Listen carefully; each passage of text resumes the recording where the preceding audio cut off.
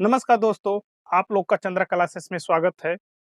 आज हमारा संविधान का इम्पोर्टेंट टॉपिक आपका प्रस्तावना, जिसे कहते हैं उद्देशिका। इस वीडियो में इस पे हम चर्चा करेंगे, जो कि वीडियो में आप लोग अंत तक बने रहिए। तो चलते हैं हम टॉपिक जो कि प्रस्तावना है, जो कि संविधान का जो कि एक इम्पोर्टेंट क्या कहा जाता है, इसको अंग कहा जाता है। संविधान का एक महत्वपूर्ण अंग है आपका कौन, तो प्रस्तावना। ठीक, प्रस्तावना सबसे पहले पेश आपका पंडित जवाहरलाल नेहरू द्वारा निर्माण कर इसको पेश किया गया संविधान सभा के सामने 13 दिसंबर 1946 ईस्वी में।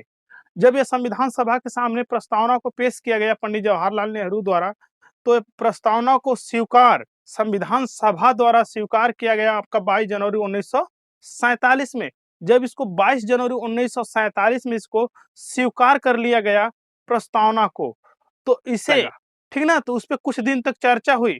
चर्चा होने के बाद इसको अंगीकृत किया गया आपका, यह प्रस्तावना है जो कि प्रस्तावना को अंगीकृत किया गया आपका 26 नवंबर 1949 ईस्वी को। जिस दिन पूरी तरह से संविधान बनकर तैयार हुआ था, उसी दिन इस प्रस्तावना को अंगीकृत किया गया। लेकिन उस समय जो कि उस समय इस प्रस्तावना को संविधान का अंग नहीं माना जाता था।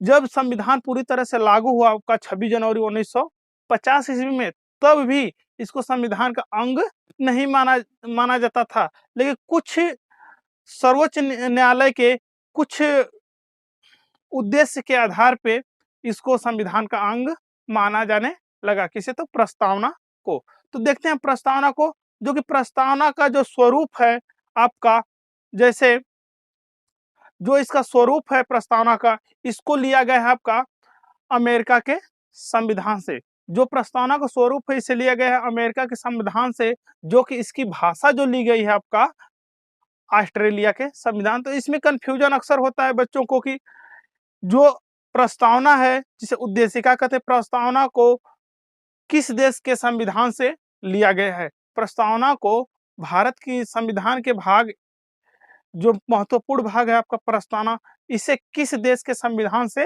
लिया गया है। ठीक ना, इसे किस देश के संविधान से लिया गया है, तो अमेरिका के संविधान से इसे लिया गया है। लेकिन इसकी जो भाषा है, ठीक, प्रस्तावना की जो भाषा है, इसे ऑस्ट्रेलिया के संविधान से लिया गया है। इसमें बच्चे बहुत कंफ्यूजन में रहते हैं, लेकिन इस बात को ध्यान देंगे, जो भाषा है इसे ऑस्ट्रेलिया से लिया गया है, जो इसका स्वरूप है उसे अमेरिका से लिया गया है। जो कि यह प्रस्तावना जो शुरुआत होता है, पहली जो लाइन है प्रस्तावना का, इसकी जो शुरुआत होती है, हम भारत के लोग।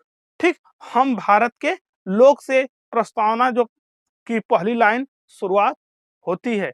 जो कि प्रस्तावना है जो है कि संविधान का स्वरूप और उद्देश्य और इसका संविधान का स्रोत निर्माण करता है।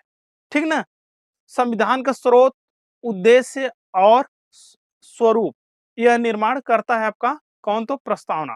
ठीक, तो इसको देखते हैं। जो कि प्रस्तावना है आपका संविधान का स्वरूप प्रदान करता है, इसका क्या उद्देश्य इसको प्रदान करता है, और इसका क्या स्रोत है, ठीक, इसको प्रदान करता है। तो इसको हम देखते हैं। जो पहला है आपका संविधान का स्रोत।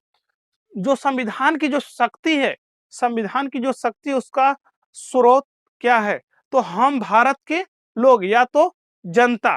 ठीक, हम भारत के लोग, या कहें उसको हम जनता। जो जनता है वह संविधान की क्या है, शक्ति है। संविधान को शक्ति प्रदान करती है कौन, तो भारत की जनता। इसके बाद आगे चलते हैं आपका स्वरूप। इसका क्या स्वरूप है, संविधान का क्या स्वरूप है, इसमें इसको निर्धारित किया गया इस 5 टॉपिक में कि संविधान का क्या स्वरूप है। ठीक, तो जो इसमें दिया है आपका संपूर्ण प्रभुत्व संपन्न। संपूर्ण प्रभुत्व संपन्न। हम अपने, ठीक, हम अपने आंतरिक वाद विवाद पर निर्णय ले सकते हैं। चाहे आंतरिक हो चाहे बाह्य हो, किसी भी प्रकार के वाद विवाद हो, इस पे हम निर्णय लेने में सक्षम है। किसी बाहरी शक्ति का हमारे ऊपर किसी प्रकार का दबाव नहीं है, या ब्रिटिश शक्ति का किसी प्रकार से हमारे ऊपर दबाव नहीं है। हम क्या हैं, स्वतंत्र है किसी भी वाद विवाद पर निर्णय लेने के लिए। ये है आपका संपूर्ण प्रभुत्व संपन्न का। इसके बाद है आपका समाजवादी। समाजवादी क्या है कि समानता की यह बात करता है, लोकतांत्रिक समानता की यह क्या करता है, बात करता है। कौन? तो समाजवादी। इसके बाद अगला है आपका पंथ निरपेक्ष। पंथ निरपेक्ष क्या है? ठीक, पंथ निरपेक्ष मतलब कि किसी भी राज्य का, ठीक, कोई राज्य या राज्य का कोई एक निश्चित धर्म नहीं होगा। ठीक, किसी भी राज्य का कोई एक निश्चित धर्म नहीं होगा, वह सभी धर्म को राज्य मान्यता प्रदान करेंगे। ठीक, यह पंथ निरपेक्ष का अर्थ है। इसके बाद आपका है लोकतंत्रात्मक। लोकतंत्रात्मक व्यवस्था जिनमें जनता अपने शासन के लिए जानी जाती है, जिसे कहते हैं हम लोकतंत्रात्मक व्यवस्था। इसके बाद है आपका गणराज्य या गणतंत्र।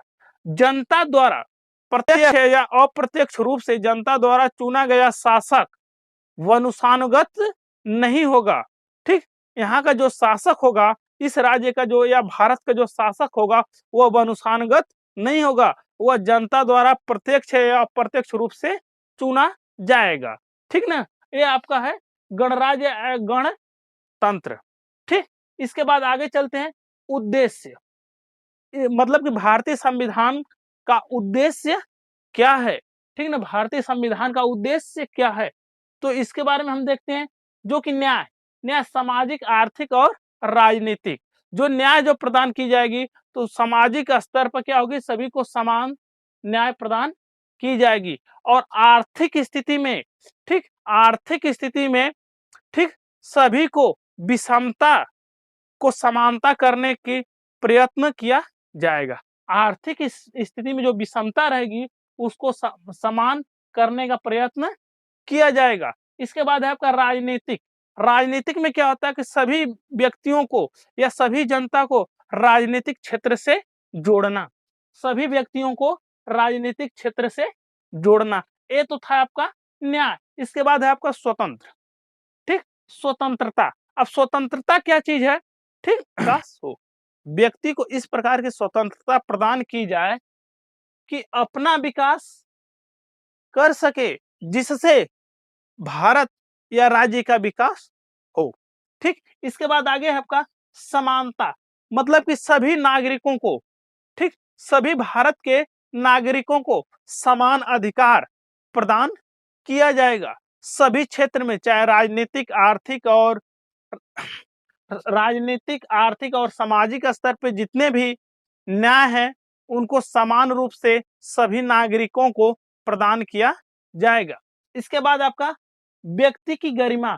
व्यक्ति की भारतीय जनता को गरिमापूर्ण जीवन जीने का अधिकार है, यह प्रदान करता है। इसके बाद है आपका राष्ट्र की एकता, अखंडता।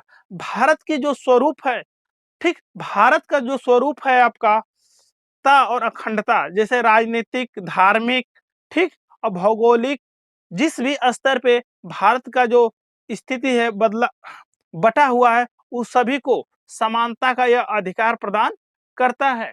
इसके बाद आपका बंधुत्व। भारत के सभी नागरिक एक दूसरे के आपसी भाईचारा हैं। ठीक, बंधुत्व है, जो कि भारतीय नागरिक सभी एक दूसरे के हैं, भाईचारा है। यह आपका प्रस्तावना जो भारतीय उद्देश्य, स्वरूप और इसका जो है आपका स्रोत प्रदान करता है भारतीय संविधान का, जिसे भारतीय संविधान की इसे आत्मा कहा जाता है। इसमें देखिए कंफ्यूजन होता है बहुत बच्चों को कि अब भारतीय संविधान की आत्मा प्रस्तावना को कहा जाता है या अनुच्छेद 32 को कहा जाता है। तो देखिए इसमें बात आती है कि दोनों को भारतीय संविधान की आत्मा कहा जाता है, लेकिन एक बात है इसमें, जब सिर्फ कहे कि भारतीय संविधान की आत्मा किसे कहा जाता है, ठीक, सिर्फ इतना कहे कि भारतीय संविधान की आत्मा किसे कहा जाता है, ठीक, तो आपका प्रस्तावना को भारतीय संविधान की आत्मा कहा जाता है। लेकिन इसमें जब किसी व्यक्ति का नाम जोड़ दे, जैसे कि डॉक्टर बी.आर. अम्बेडकर द्वारा भारतीय संविधान की आत्मा किसे कहा गया, डॉक्टर बी.आर. अम्बेडकर द्वारा भारतीय संविधान की आत्मा किसे कहा गया, तो अनुच्छेद 32 को भारतीय संविधान की आत्मा कहा गया। फिर इसके बाद देखिए, जब भारतीय संविधान जब आपका 26 नवंबर 1949 ईस्वी को इसे अंगीकृत किया गया। उस समय भारतीय संविधान का इसे अंग नहीं माना जाता था। ठीक, इसे अंग नहीं माना जाता था, लेकिन इसे भारतीय संविधान द्वारा स्वीकार किया गया। कब? तो 22 जनवरी 1947 ईस्वी में। लेकिन पंडित जवाहरलाल नेहरू कब इसे पेश किए थे? तो 13 दिसंबर 1946 ईस्वी को। जब यह संविधान सभा द्वारा जब स्वीकार किया गया तो इस पे कुछ दिन तक बहस चली। बहस चलने के बाद फिर से 26 नवंबर 1949 ईस्वी को अंगीकृत किया गया। फिर इसे संविधान के स्तर पे संविधान में शामिल नहीं किया गया, बल्कि उसके स्तर पे इसको रख कर इस पे अनेक प्रकार का निर्णय लिया जा रहा था। उस समय क्या किया गया कि एम.एन. पालकीवाला थे। ठीक, एम.एन. पालकीवाला जो अपना निर्णय दिए, इस प्रस्तावना पे जो अपना निर्णय दिए, इन्होंने कहा कि यह प्रस्तावना है जो भारतीय संविधान का परिचय पत्र है। यह प्रस्तावना है जो भारतीय संविधान का परिचय पत्र है। किन्होंने कहा? तो एम.एन. पालकीवाला ने। फिर इसके बाद आपका अल्लादी कृष्ण स्वामी अय्यर, अल्लादी कृष्ण स्वामी अय्यर का है कि दीर्घकालीन सपनों का यह विचार है। दीर्घकालीन सपनों का क्या है? यह विचार है। क्या? तो प्रस्तावना। ठीक ना? दीर्घकालीन सपनों के विचार के रूप में किन्होंने प्रस्तावना को जाना? तो आपका अल्लादी कृष्ण स्वामी अय्यर, जिसे कुंजी या आत्मा की संज्ञा दी। इन्होंने भारतीय संविधान की कुंजी या आत्मा की संज्ञा दी। किन्होंने? तो अल्लादी कृष्ण स्वामी अय्यर ने। फिर इसके बाद आता है आपका बोरीवली संघवाद। ठीक, बोरीवली संघवाद, जब यह अपने प्रस्ताव को सर्वोच्च न्यायालय में पेश किया गया कि इसे संविधान का अंग मान लिया जाए। ठीक, बोरीवली संघवाद ने जब 1960 ईस्वी में जब सर्वोच्च न्यायालय के सामने इसके प्रस्ताव को रखा गया कि यह मतलब प्रस्तावना जो संविधान का अंग माना जाए, लेकिन बोरीवली संघवाद के स्तर से इसे संविधान का अंग नहीं माना गया। किसे? तो आपका प्रस्तावना को। ठीक, प्रस्तावना को संविधान का अंग नहीं माना गया। इसमें संविधान के स्तर पे किसी भी प्रकार का संशोधन नहीं किया जाएगा। संविधान के स्तर पे किसी भी प्रकार का इसमें संशोधन नहीं किया जाएगा। किसमें? तो प्रस्तावना में। लेकिन केशवानंद भारतीयवाद ने जब अपना इस प्रस्ताव को सर्वोच्च न्यायालय के सामने रखा। ठीक, कौन? तो केशवानंद भारतीयवाद ने 1976 ईस्वी में जब अपना प्रस्ताव को सर्वोच्च न्यायालय के सामने जब रखता है, ठीक, तो सर्वोच्च न्यायालय ने यह स्वीकार करता है। ठीक, सर्वोच्च न्यायालय ने यह स्वीकार भारत का अंग है, इसमें संशोधन किया जाएगा, लेकिन इसमें नकारात्मक संशोधन नहीं होगा। ठीक, इसमें नकारात्मक संशोधन नहीं होगा। सिर्फ इसमें संशोधन क्या होगा? तो सकारात्मक संशोधन होगा, नकारात्मक संशोधन नहीं होगा यह प्रस्तावना में। ठीक, तो उसी समय ठीक 1976 ईस्वी में ठीक 42वां संविधान संशोधन के अंतर्गत 1976 ईस्वी में 42वां संविधान संशोधन के अंतर्गत प्रस्तावना में पहला संशोधन हुआ।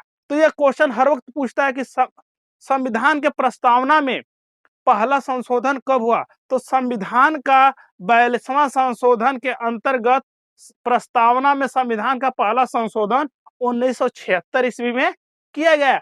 और इसमें 1976 ईस्वी में प्रस्तावना में जब संशोधन किया गया, ठीक, तो इसमें समाजवादी, पंथ निरपेक्ष और एकता अखंडता शब्द को जोड़ा गया।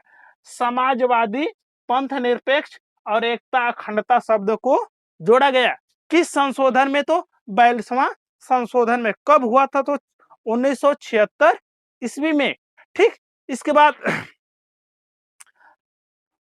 ठीक, तो ये था आपका प्रस्तावना भारतीय संविधान का प्रस्तावना था, जो संविधान का एक प्रमुख टॉपिक है प्रस्तावना। इससे ISPCS लेवल से और निम्न स्तर की जो परीक्षाएं हैं सभी में इससे क्वेश्चन बनते हैं, जो कि आप किसी भी स्तर के पेपर अगर बनाते हैं तो सभी प्रकार के ऐसे क्वेश्चन जो प्रस्तावना से संबंधित क्वेश्चन होंगे, सभी क्वेश्चन को आप आराम से बना पाएंगे।